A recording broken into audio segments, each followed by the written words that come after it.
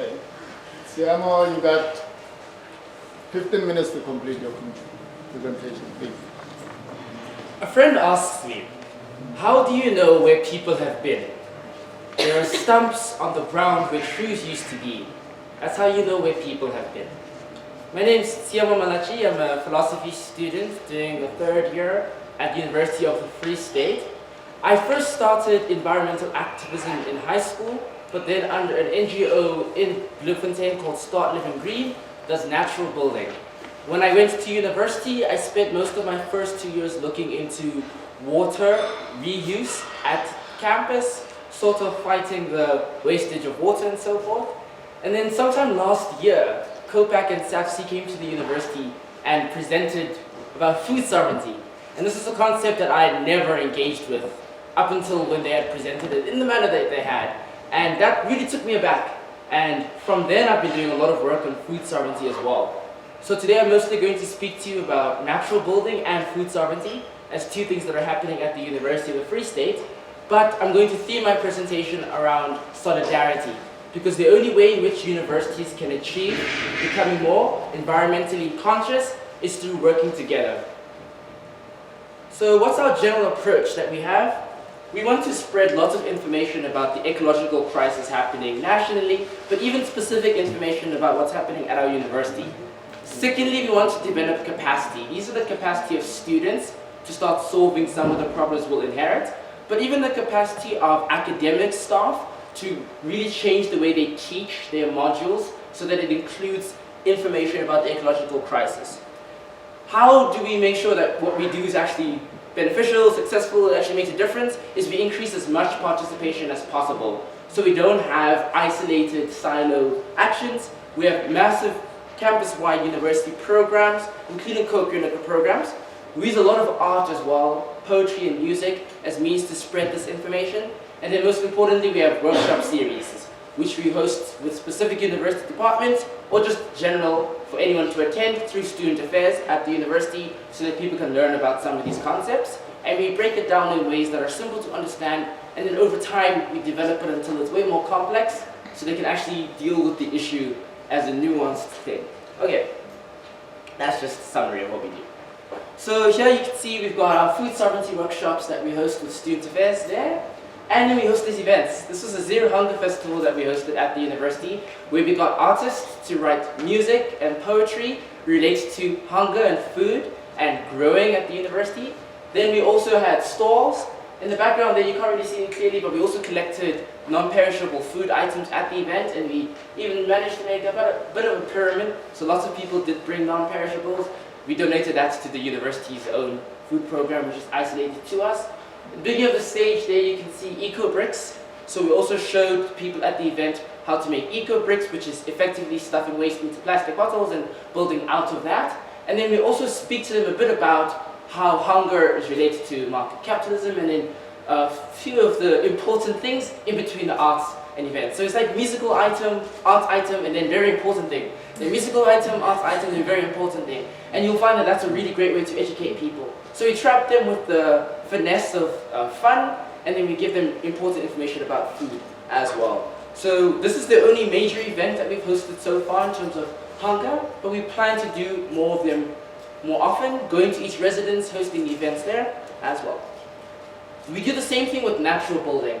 This workshop was actually happened 2 days ago. We had these students who came from Belgium all the way to South Africa just to learn from us about natural building, but then we also have open access workshops. This is just a recent one, so I thought we should use this picture. And this is an event that happens annually at the particular site that we do most of our work in Rodeval, just outside Free State. The university also works there a lot. That house over there is built entirely out of natural materials. We're talking about cob, which is basically a mixture of mud and straw. Manure also in there as well. And you can see that we're using indigenous sort of activities, art and music, so that members of the community feel that what we're talking about is culturally appropriate to them. So I mean, it tends to sometimes be a really strong sort of specific vocabulary, food sovereignty, ecological crisis. We do still use that vocabulary, so we don't abandon it, but we merge it with sort of something that's already culturally appropriate. And then this massive event brings out large audiences, and we're able to teach them more about natural building as a form. So through workshops on one side, which are hosted at the university, and events on the university and off campus, we're able to create mass participation of lots of different people.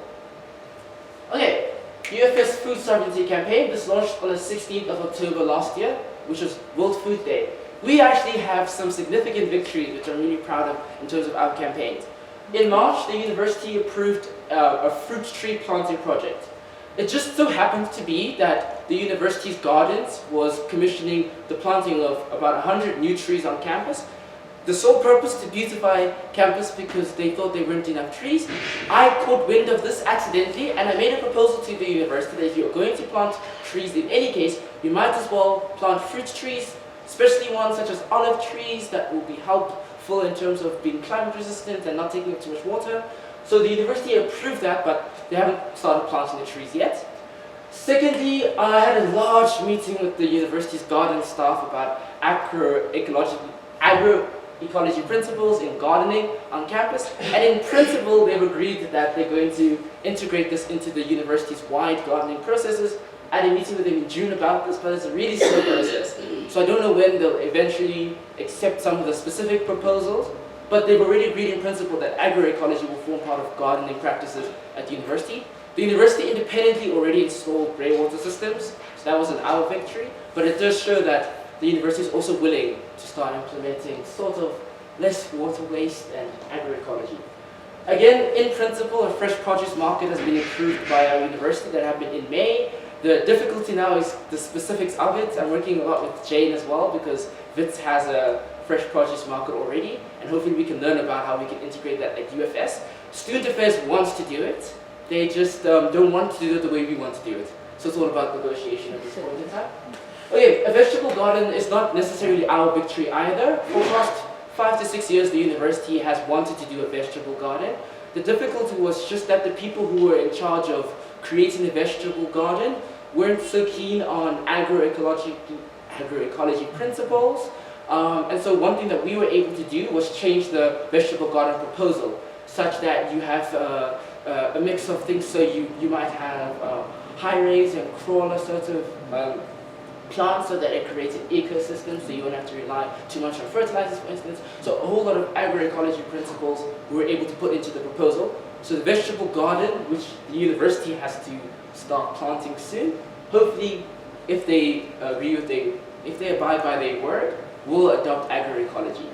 And then there's also centralized vegetable gardens and residences that we work with, but those are really small scale at the moment. There's a nutrition project at our university that we are now a part of, so we collaborate with them. The benefit of doing that is it helps us access the funds that the nutrition project has, and we use those funds for not just the project, but also for some of our other initiatives. And then finally, we started to contact some small-scale farmers around Bloemfontein. There's actually a cooperative there that we found finally just 2 weeks ago, and that's going to help us with our fresh produce market, but it's also going to help us start selling to students before the fresh produce market even begins. And then also to take our activities off campus so that we aren't just centralized at the university. I'm still working with the cooperative right now. They've got massive issues because the market in the area is very unkind to cooperatives. I mean, just one of the many stories is there's an abattoir that has to give them a certificate in order for them to sell some of their produce at a retailer. That abattoir refuses to give them that certificate unless they pay a large fee. So corporate sort of large-scale farmers pay that fee and get that certificate, but these small-scale farmers can't get that certificate. It's just one example of the many frustrations that these small-scale farmers have. So as a cooperative, I think it will be easier for us to expose these sorts of things and then maybe get that changed or just raise funds for the certificate, whatever it is that we need to do. But don't want to bore you with all of the specific politics. But it's almost been a year of the food sovereignty campaign, but it will slow down. Because a lot of these things are just agreed with in principle, which is always what a university does. The most difficult thing is to implement it in the way that you agreed upon. Because the university has what is called a food sovereignty task team that they've created, but that food sovereignty task team is actually looking at food security and calling it food sovereignty. So these are sort of some of the issues that we have, where they agree with you in principle, they adopt your language and lexicon, they appease you in other words, but then when the implementation comes, it falls short. So we need to watch them with the fruit trees, with the agroecology and so forth. A lot of these victories were just achieved by constantly emailing, constantly picketing. We had 2 protests this year, mini ones. One was just wore black and attended the rector's address and told them, you need to care about this issue. And then the rector instructed the person in charge of the food sovereignty task team to speak to us, and then we spoke to them. So it's just a whole lot of pressure. But I think it's mostly the mass participation. If we weren't able to prove that hundreds of students at our university care about this issue, we wouldn't have been able to achieve any of these victories. And even to get to that point, we used arts and culture. Okay, natural building, summarize. We build culturally significant structures like the cultural village that you see here. They built shock replacement homes. Post-disaster building, a few of the people in the organization actually went to Mozambique to build a school post-cyclone disaster. And then we have these things called university service modules. So this is a co-curricular program where like occupational therapy students or any form of university student that needs to do community service will be able to achieve that community service through our program. So they help us build. Okay, finally, how do we overcome some of the challenges? The university doesn't want to change its curricula, and it's not just the university, the South African Qualifications Authority is involved as well. So we can't change the curricula yet. What we can do is do co-curricular projects. So we convinced the university that this aids the curricula, but it will happen outside of school time, and the university is still willing to fund it. Labor and volunteers, we get that through Arts and Fun. Capital resources, we work through existing NGOs and already funded programs at the university, such as the nutrition program.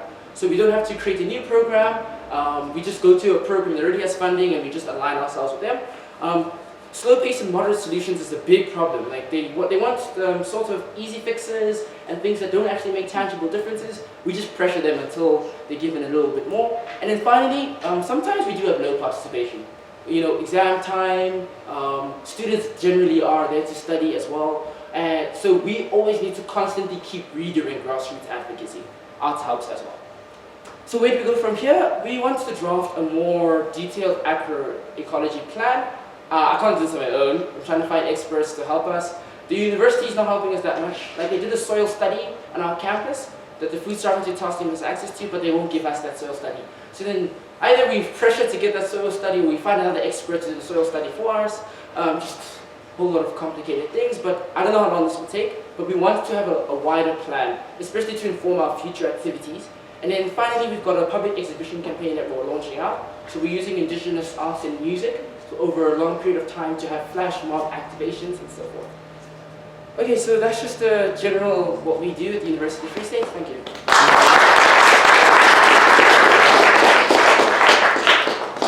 Next, please. Sorry, announce the video. Should I go? Okay. I don't really want to go after that amazing presentation. But so I'm just going to tell you a bit about the Wits Food Sovereignty Center and COPAC's role and just what's happening at Wits. So for those of you who don't know, I'm just going to give you a bit of history about food on campus. So at Wits we've got this big center called the Matrix, and that's where basically everyone buys their food from. And it's a lot of junk food, it's unhealthy, it's oily, that kind of thing. And if you can't afford food from there, you're often excluded from also the social setting of it because it's also a social area. So we've also got the WCCO, which is Wits Citizenship and Community Outreach. And what they do is they've got a number of food programs. So for one, they've got the Masitleli program, where they serve hot meals to students who are food stressed on campus. And then they've also got programs where they hand out food to cook at home, that kind of thing. Previously, this was happening outside of the Matrix. So it was the basement of the Matrix, and students would have to line up in a parking lot and then also eat their meals just in the parking lot or wherever they find a space, which was incredibly undignified for those students. And it created a stigma around hunger on campus. And it also created that separation. You're either at the Matrix or you're getting food parcels, right? So through a lot of activism and protest on campus by COPAC and a lot of dialogues with management, there was a victory that was won. So there was a great march that happened that COPAC did, where they handed over a petition to management to try and transform the food system on campus and to try and address hunger on campus. because it's a huge issue. So through that, COPAC won a building on campus. And from there, that's where the WCCO runs now. So it's a sanctuary building down by the cricket pitch. And that's also where we now house the Wits Food Sovereignty Center. And the Food Sovereignty Center has, so it's an agreement between Wits and COPAC, and then the WCCO is like our Wits connection. And then we also work with a number of student organizations. So we work with UNALA, which Felix is from, and he'll talk to you more about their work. We work with Amnesty International Wits, Engineers Without Borders Wits, and the Wits Physics School Council at the moment. So we're hoping to also grow those connections. So the vision for the center is to use Wits as a pathway to entrench food sovereignty in the inner city, and then hopefully creating a ripple effect. And more people will know about food sovereignty, and more people will know about agroecology and that kind of thing. So I'm just going to quickly talk about the three objectives of the center. So the first one is to address hunger at Wits. It is a reality that students are facing. There's a hunger crisis, there's also an accommodation crisis. So, often the solutions to the hunger crisis are not in line with the fact that students also don't have housing. So one of the ways that we're doing this is creating a space of dignity. So that's firstly the building that we have, that's a victory that we've won. And then, so how we're addressing both the hunger and accommodation crisis is by having a communal kitchen. So currently at the Wits Food Sovereignty Center, at the Sanctuary Building, there is a communal kitchen. It's currently operational. There's a fridge, there's a stove. Obviously it's not any high-end thing, but it's functional, and students who either are receiving food from the food bank or who have their own food and don't have anywhere to cook it can go to the communal kitchen. And in that way, we're also changing perspective of like where your food is coming from, and encouraging students to take ownership of how to prepare their own food. And in that way, they also have a choice of what they're eating. Another way we're trying to end hunger is that we are rolling out food gardens at campus, on campus. So I'm going to let Felix talk about the gardens, but we currently have 5 or 6 gardens on campus that are producing vegetables, agroecologically, all organic. And what happens with that produce is anyone who goes to the garden and who is in need or who isn't, just wants some vegetables, can go to that garden and do their own harvest and take some of the vegetables, but also the bulk of that is given to the food bank. So it goes down to the communal kitchen, stays in the fridge there, and students coming in to cook whatever food they have can also use the vegetables that are there. And also about just creating a space where they can also eat their food, so they don't have to go and find somewhere or sit, on the sidewalk. There's space there where they can sit and eat. The second aim of the center is to create a university that is zero carbon, zero waste. So what we're trying to do is use that building as an eco-demonstration to show that we can do these things and they are possible and we are doing it. So the vision is to fit solar panels, is to do water harvesting, is to do our own waste management system, so we're hoping that the university sees that building and that project and rolls out, and then it gets institutionalized, and the waste program, we can influence the waste program at the university.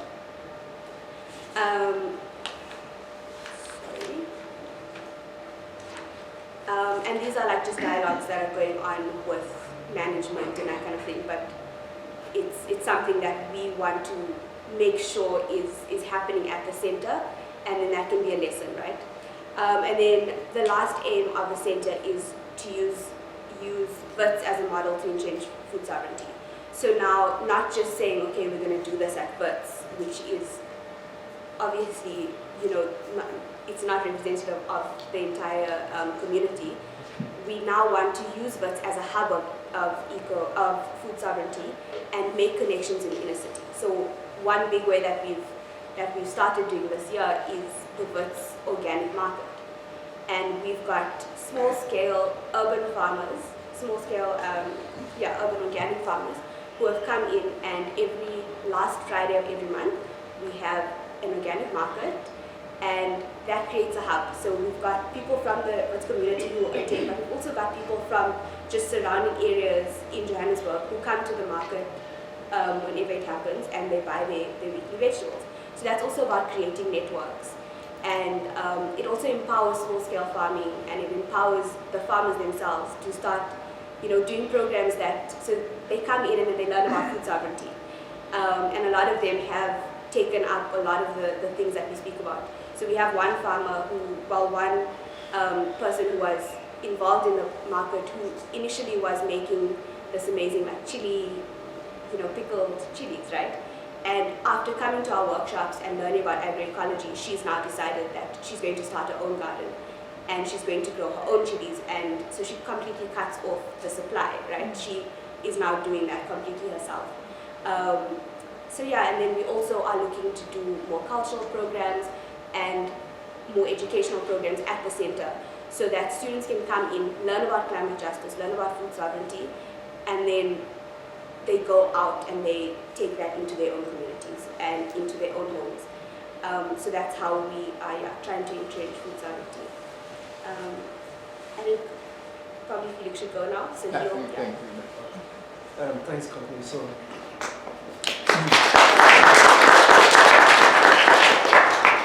my name is Felix. I'm doing postgrad in environmental sciences, and I'm a member of INALA.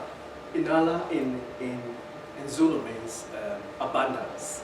So in both the 12 Millennium Development Goals, the MDGs, and then the current SDGs, food, environment, it's a common strand in both, pointing to the importance of that.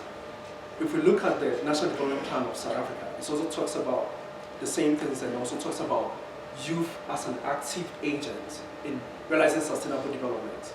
However, you see the youth is seen as a marginalized group, and often in these policies, you don't hear their voice much in these. Nevertheless, they also suffer from the challenges related with these themes.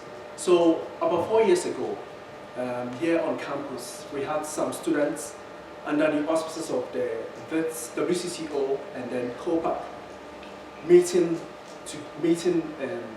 weekly, and then they were discussing some of the challenges related to climate change and then the hunger situation on campus and how they could come together and then help to address these issues.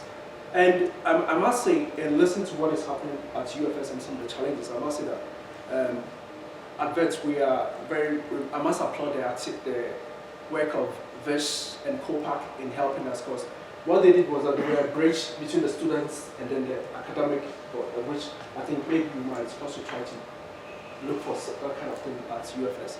So in meeting weekly, we evolved into the INALA as a club or a society that will champion the education of climate issues on campus and also address the issue of hunger of students on campus. So these are some of the activities that we've been doing. After meeting, we have to find a place where we can also grow foodstuffs and also help to demonstrate the issue, how gardening can be done agroecologically. And we did our best, but then we were not succeeding. That's when Vish and COPAC helped us, and we secured a place behind here. We had a garden there. So we developed this garden, and we grow veggies. We have spinach, we have kale, we have thyme, we have tomatoes, we have pepper. And what is produced, we supplement it with what is gotten by the WCCO. The WCCO also receives donations and food supplements. So these fresh ones, they supplement whatever is gotten by the WCCO, and then it's given to students who are food insecure. And that's been running for the past 4 years. We have more than 1,000 students who are on this program, and it's been sustained for the past 4 years. Aside the food gardens, we have a program where we are also trying to have food trees on our campuses, but then at strategic places, so that students can be also harvesting fruit trees on campus. This is also to help in the aesthetics of the campus, and also more of a micro environmentally friendly space. We are also going on education programs. We educate students about the environment, about agroecology, and also good nutrition. So we form partnerships with other clubs like 360, the Vegans Association, also to help students know good ways of nutrition, so that, because obesity is also another challenge and undernutrition is also a challenge. So exposing them to good nutrition has become one of our core goals. Furthermore, there is a plan which we are working with the counseling units of the university with respect to, you see, the gardens can also serve as a form of therapy, and the education campuses are also very stressful for students. Often you find students, they due to the pressure of education, some turn to drugs, some even in extreme cases commit suicide. So we are working with the counseling units how these spaces, or these green spaces, can also serve as a form of therapy with the counseling department. Furthermore, we looked around, we are trying to build partnerships with other campuses which are on these gardening initiatives, and we've identified, apart from within South Africa with UJ, also with Western Cape. We looked outside, we identified some universities, one in Australia, some in the Caribbean, and we also realized some in Canada and the US. We want to build a network with them on how we can all progress in this area of universities with gardeners, a global network in this direction. So I must say that in these 4 years, we have done a lot, but then we've also been very much assisted by COPAC and then the RBCs. That also has made the INALA on campus actually succeed a lot. But then we also have challenges with the kind of turnover, because we have students, maybe they are here for a year or two, and then they exit. So we formed some partnerships with the ground staff as well. So because during vacation, we have the ground staff who help us. And also in the exam period, when it's difficult to get students to volunteer, we also get assistance from the ground staff. So thank you, that's what we've been doing with INALA. That's fine.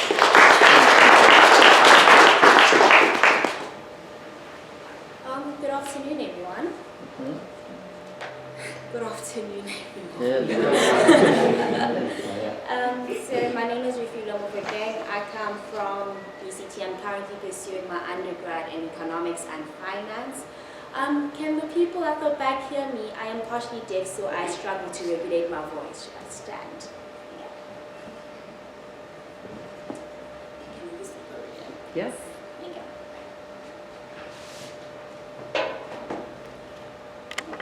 As I said, I am Rufilo Mopegeng, pursuing an undergrad in economics and finance. I stand before you today in my capacity as UCT's Green Campus Initiative, commonly referred to as GCI, as Vice Chairperson for 2019. Okay. GCI is a student development agency at UCT, leading on a variety of environmental initiatives from campus recycling to fossil fuel divestment campaigns. We are a fresh, dynamic, action-based organization of students and staff who aim to make UCT a more sustainable, environmentally conscious, and environmentally friendly institution. Our mission speaks to promoting and supporting sustainable practices on and off campus, and this includes signing of declarations, action and awareness at UCT through various projects and initiatives that we run, including but not limited to Green Week. So Green Week is where we, over the course of a week, have multiple events promoting and raising awareness on various environmental and sustainability issues, and just like you, it's just like bringing art and making it fun for students, but also just bringing nuggets of information, because information is what mobilizes people, and people need to leave equipped. Our other initiatives include BikeLink. So BikeLink is our eco-mobility initiative where we rent our bicycles to students and staff to encourage not only a healthier mode of transport, but also just to promote eco-mobility.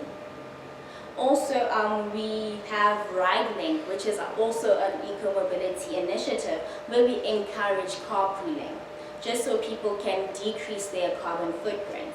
And we use the prime parking on campus as an initiative for students to take it up. We have also started Isondro. So Isondro is our vegetable garden and communal kitchen initiative, which was inspired actually by Wits University.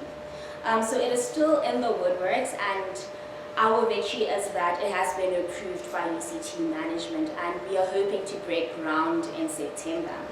So it will incorporate research and innovation into sustainability agriculture. So we also work with residences because they have a lot more students, so it increases our reach to students. We also run campus recycling initiative, and we've come to a challenge with this because we realize that there's a lot of apathy from our students. So what we are doing now with management and being a student development agency, that what makes us different from student societies is that we sit in management meetings, we sit on management boards, which allows us to have direct. So one of the boards we sit on is called the Environmental Management Working Group, and it has direct access to the VC's office. So this allows us to bring about conversations surrounding what's happening at the ground level, at the student level, and just to find out where we can move to see what we can do on campus to mobilize our students.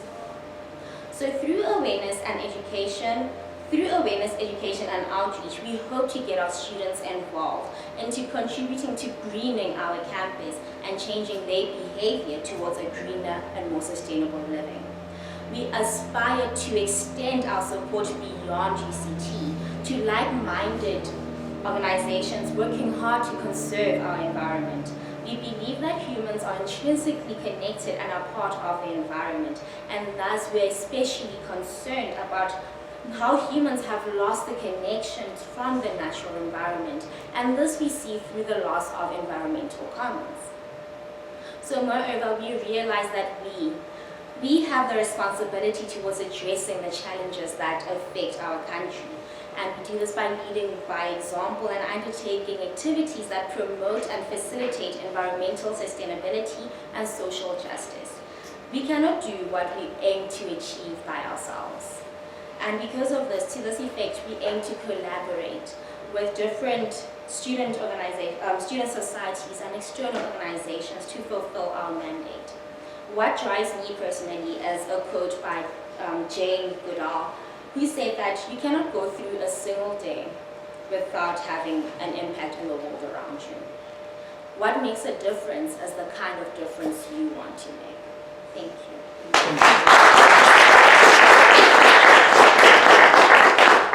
Thank you, ladies and gentlemen. This was our champions from the learning institutions. And I think now we can take any questions.